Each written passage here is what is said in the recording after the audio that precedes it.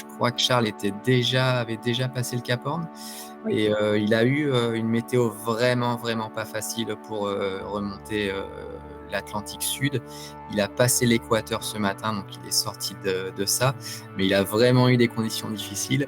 Il a d'ailleurs fait une petite vidéo qui m'a fait rire où, il dit que, il n'a pas communiqué ces derniers jours parce qu'il était énervé, et je l'imagine, en train de taper du pied dans son bateau, en colère à cause des conditions alors que, concrètement, la course, elle est quand même quasiment gagnée pour lui, sauf gros soucis techniques.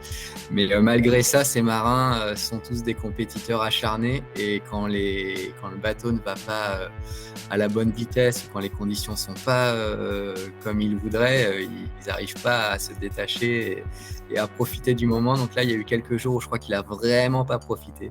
Il est en train de retoucher un fluide alizé d'Atlantique Nord qui va être assez soutenu, donc qui va lui permettre de monter dans le nord.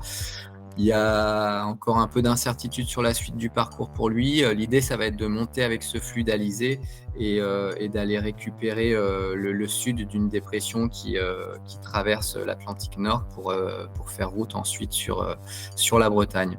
Donc, j'ai pas de TA très précis encore à donner, mais ça devrait être entre un peu moins d'une semaine probablement. Tant que la ligne d'arrivée n'est pas franchie, c'est pas gagné. Donc tout est possible. Mais effectivement, donc nouvelle avarie pour Banque Populaire qui va être obligé de s'arrêter probablement à Rio au Brésil. Donc c'est regrettable s'il repartait dans la mesure où il réussirait à réparer en 24 heures. Il repartirait pas très loin de Tomakoville, donc ça laisserait une belle bagarre pour la fin de la course, donc on va suivre ça attentivement.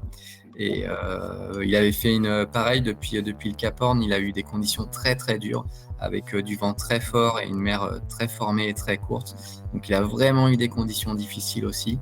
Pour tous les marins, une fois qu'on passe le Cap Horn, c'est quand même une délivrance parce qu'on va vers du plus facile, on va vers du nord, les températures vont se réchauffer, il y a généralement moins de houle, moins de mer une fois qu'on tourne à gauche. Mais pour autant, souvent pour les marins qui passent le Cap Horn sur ces courses-là, pour la première fois, il y a un gros coup de mou quelques heures après parce que psychologiquement, on se rend compte quand même qu'on va vers du mieux, mais c'est encore long et que souvent les conditions en Atlantique Sud, elles sont pas faciles. Et du coup, c'est toujours il y a un petit peu d'ambiguïté. C'est une vraie délivrance, mais la course, elle est encore loin d'être finie. Et on savait sur cette course qu'il y aurait des escales. Ça fait partie de la course, c'est quelque chose qui est autorisé.